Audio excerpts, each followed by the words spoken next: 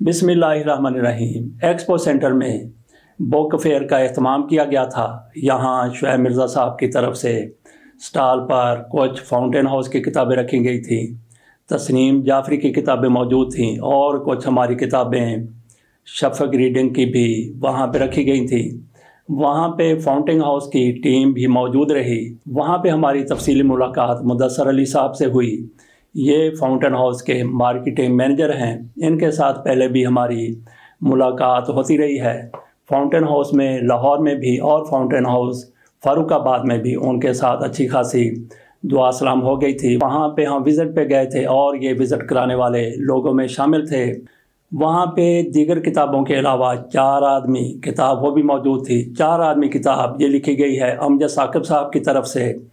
इस किताब में ज़िक्र किया गया है फाउंटेन हाउस किस तरह से मार्ज़ वजूद में आया। इस किताब में 4 आदमियों का जिक्र है। एक तो सर गंगाराम का है, दूसरे रशीद चौधरी साहब हैं, तीसरे मिराज खालिद हैं और चौथे अखुवत के हेड अखुवत के चेयरमैन अमजद साकिब साहब हैं। इन सब का फाउंटेन हाउस में किसी न किसी तरीके से किरदार है। फाउंटेन हाउस की इब्तिदा पाकिस्तान में तो रशीद चौधरी साहब ने की थी, लेकिन ये बनाया कहाँ पे गया था? ये बनाया गया था विडो हाउस जो सर गंगाराम की तरफ से लाहौर में तामीर किया गया था, जो इसकी इमारत को बाद में फाउंटेन हाउस के तौर पर इस्तेमाल किया गया और रशीद चौधरी ने ये सारा कुछ किया था। गंगाराम हाउस की ये इमारत थी, विडो हाउस से फाउंटेन हाउस बन गया। रशीद चौधरी साहब ने इसको बहुत आगे बढ़ाया। मलक मिराज खालिद की तरफ से ये बिल्डिंग, ये एरिया फाउंटेन हाउस को दिया गया था। और चौथे आदमी अखुवत के, वो आजकल फाउंटेन हाउस के सरबराह हैं, सरपरस्त हैं, वो सारे मामला फाउंटेन हाउस के देखते हैं। जबकि आजकल फाउंटेन हाउस के एमएस हैं इमरान मुर्तज़ा साहब, बड़ी प्यारी शख्सियत हैं, बड़े पढ़े लिखे आदमी हैं। मज़हब के हवाले से, इंसानियत के हवाले से उनके पास बहुत ज़्यादा इल्म का ज़ख़ीरा है। वो बात करते हैं तो बात करते ही जाते हैं, ऐसे लगता है कि नदी रवां है और सुनने वाले हम तन गोश होकर उनकी बातें सुनते हैं। तो हमारी मुलाकात यहाँ पे बुक फेयर पे मुदस्सर अली साहब से हुई। उनसे हमने कुछ फाउंटेन हाउस के बारे में पूछा और फाउंटेन हाउस में आने वाली शख्सियात के बारे में पूछा। आइए मैं दिखाता हूँ कि इस मौके पर मुदस्सर अली से क्या गुफ्तगू हुई, मुलाहिज़ा कीजिए। बिस्मिल्लाहिर्रहमानिर्रहीम। हमारे साथ हैं मुदस्सर अली साहब, मार्केटिंग मैनेजर हैं फाउंटेन हाउस में। इनसे गुफ्तगू करते हैं इनके फाउंटेन हाउस के बारे में। जी, फाउंटेन हाउस एक साइकेट्रिक हॉस्पिटल है जहाँ पे हम ज़हनी अमराज के ट्रीटमेंट एंड रिहेबिलिटेशन करते हैं। Fountain House basically professor doctor Rashid Chaudhary साहब ने बनाया था। जो लेट 60 में उनका विजिट हुआ न्यूयॉर्क का, तो उन्होंने देखा एक ऐसा इदारा है जो बेहतर तरीके से लुक आफ्टर कर रहा है ज़हनी अमराज के लोगों की। तो उन्होंने कहा कि इस तरह के इदारे अगर न्यूयॉर्क में है तो पाकिस्तान में क्यों नहीं है। तो फिर उन्होंने 2 पेशेंट से काम स्टार्ट किया अपने घर की बेसमेंट से। जैसे जैसे उनके पेशेंट बढ़ना शुरू हुए तो उन्होंने कहा कोई ऐसी जगह, कोई ऐसी बिल्डिंग होनी चाहिए जहाँ ब्रॉडर विजन में हम जो है फाउंटेन हाउस को लेके जा सकें। तो फिर उस टाइम के अवेक्यू ट्रस्ट के चेयरमैन थे मलिक मिराज खालिद साहब। उन्होंने फाउंटेन हाउस को एक जगह अलॉट की जिसका एक हिस्टोरिकल बैकग्राउंड है, जो सर गंगाराम ने बेवाओं का आश्रम बनाया हुआ था।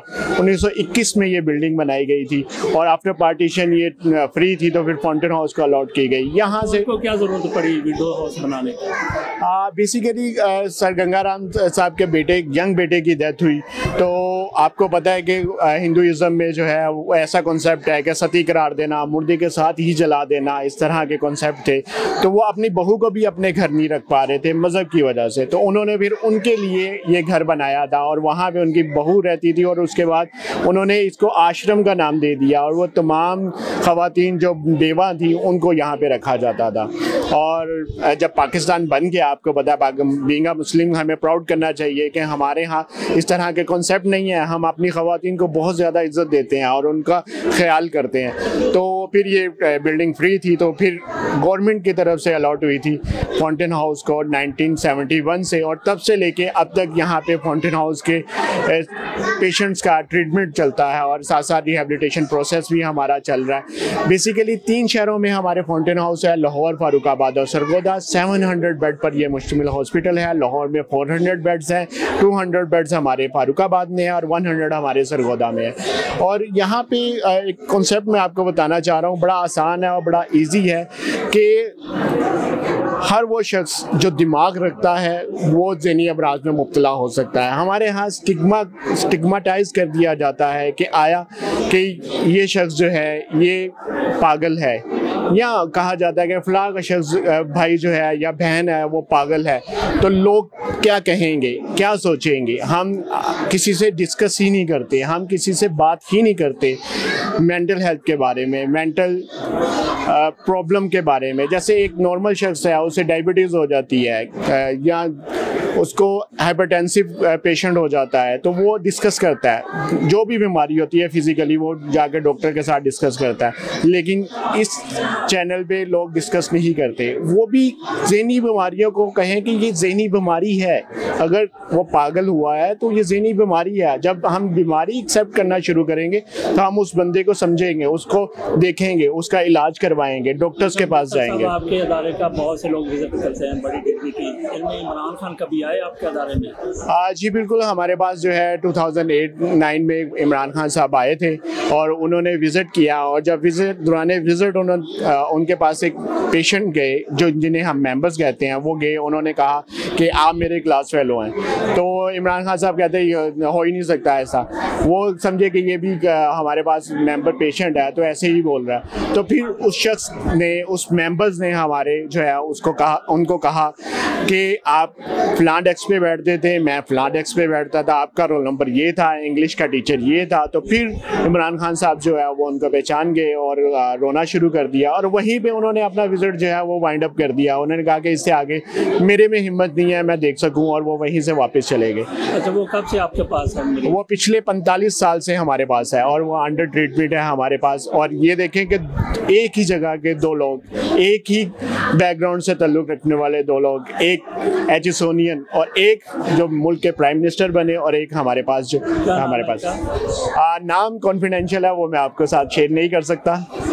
जी, इसके अलावा बहुत सी नामवर शख्सियात हैं जो हमारे पास आती रही हैं, जैसा कि मलका तरन्नुम नूर जान है, वो हमारे पास आती रही, उन्होंने कॉन्सर्ट किए क्योंकि उनके दो भाई जो हैं वो अब नॉर्मल थे और वो हमारे पास एडमिट रहे और ट्रीटमेंट हासिल करते रहे। इसके अलावा रूही बानो साहिबा का नाम आपने सुना होगा।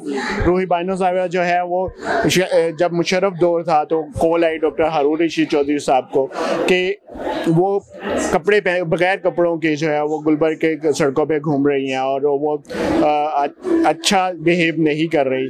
तो फिर डॉक्टर हारून रशीद चौधरी साहब ने डॉक्टर सैयद इमरान मुर्तज़ा साहब की ड्यूटी लगाई कि वो जाएं और देखें क्या मामलात हैं और उनको लेके आएँ। जब डॉक्टर इमरान जो है उनके पास गए तो वो अपने घर के अंदर ही जो वो बैठी हुई थी और एक कुत्ते को बिठाया हुआ था टॉयलेट के अंदर और एक रोटी का टुकड़ा लिया हुआ था और उसी को अपना बेटा कह रही थी अली। बेसिकली उनके जीन्स में शिज़ोफ्रेनिया था। और शिज़ोफ्रेनिया क्या होता है? Schizophrenia basically hallucination and delusions होती हैं। वो शख्स जो नॉर्मल लाइफ से कट जाता है और एकदम अपने आप को एक कमरे में बंद कर देता है और वो नहाना धोना सफाई सुथराई का ख्याल करना छोड़ देता है। इसमें कॉमन सिम्टम्स जो है वो हलूसिनेशन और डिल्यूजन्स है। हलूसिनेशन में इंसान जो है वो देख रहा होता है कि कोई चीज़ उसे नज़र आ रही होती है, कोई चीज़ उसे जो है वो ऑर्डर दे रही होती है। अब इसकी एग्जांपल मैं एक दे सकता हूँ कि हमारे पास एक अरसलान जो है पेशेंट हमारे पास आया था और उससे जो है वो कहता था नाउज़ बिल्ला मुझे अल्लाह मियाँ नज़र आते हैं ब्लैक चोले के अंदर और वो मुझे ऑर्डर करते हैं और वो मुझे करना पड़ता है। और ये हमारे पास आए थे तकरीबन 2008-9 में हमारे पास एडमिट हुए थे। तो इन्हें विजुअल्स आते थे इस तरह से कि उस टाइम आपको पता है कि सुसाइड बॉम्बिंग और अटैक्स का बहुत ज़्यादा दौरा था। तो उस टाइम वो देखते थे कि एकदम बॉम्ब ब्लास्ट हुआ है, हर तरफ खून ही खून है और लाशें बिखरी हुई हैं। उसने मेरे साथ डिस्कस किया, मैंने कहा कि अगर ये इस तरह से अटैक हुआ है और लाशें बिखरी हुई हैं और खून ही खून है तो हमारे इर्द गिर्द आपको देखना चाहिए कि इर्द गिर्द का माहौल कैसा है। तो हमारे ग्राउंड के ना बिल्कुल साथ ही कैंटीन है, कैफेटेरिया है। तो वो मैंने कहा आप ज़रा कैफेटेरिया में देखिएगा, अगर तो वहाँ नॉर्मल रूटीन है तो फिर ये आपके जो है हेलुसिनेशन है। तो उसने नेक्स्ट टाइम जब उसे विजुअल आए तो उसने देखा और उसने जब देखा कैंटीन की तरफ तो मेंबर नॉर्मल रूटीन में जो है वो समोसे और वो जूस वगैरह पी रहे हैं। तो जब उसने ये देखा और सोचा और उसी टाइम जो है हेलुसिनेशन डिसअपीयर हो गई। इस तरह से रूही बानो साहिबा जो है, आपको पता है कि वो उनको शिज़ोफ्रेनिया था। जब उनके बेटे की डेथ हुई तो वो जो बीमारी थी उनके अंदर वो ट्रिगर करने की वजह से वो जो अब नॉर्मेलिटी की तरफ चली जाई। वो 13 साल हमारे पास एडमिट रहीं और 2 अदवार में वो हमारे पास आई, जिसमें वो यहाँ से ट्रीटमेंट हासिल किया, बेहतर हुई और फिर उन्होंने जो है हमारे आर्ट थेरेपी और साइको ड्रामा यूनिट की बुनियाद रखी और हमारे मेंबर्स के साथ मिलके उन्होंने प्लेस किए और इवन जो है उन्होंने खुद ड्रामे लिखे और मेंबर्स को सिखाए और उनको उनमें पार्टिसिपेट करवाया। आपके अदारे में बड़े बड़े शख्सियत जिन्होंने विजिट किया, उनमें से कौन कौन से हैं? हमारे यहाँ कोई ही शायद ही कोई ऐसा शख्स होगा जिसने विज़िट ना किया हो, जिसमें ज़ेबा मोहम्मद अली हैं, इशफाक अहमद हैं। इसके अलावा हमारे पास पॉलिटिशियंस जो हैं वो बहुत ज़्यादा आते रहे हैं, जिसमें नवाज शरीफ साहब हैं, शहबाज शरीफ साहब हैं, चौधरी शुजात साहब हैं, फिर परवेज़ इलाही साहब हैं, इवन बुशरा बीबी जो है वो हमारे पास बहुत ज़्यादा आती रही हैं। अपने जब इमरान खान 2008 के बाद नहीं आया? नहीं, इमरान खान साहब नहीं आए, लेकिन बुशरा बीबी हमारे पास आती रही हैं। क्या साइकिल था?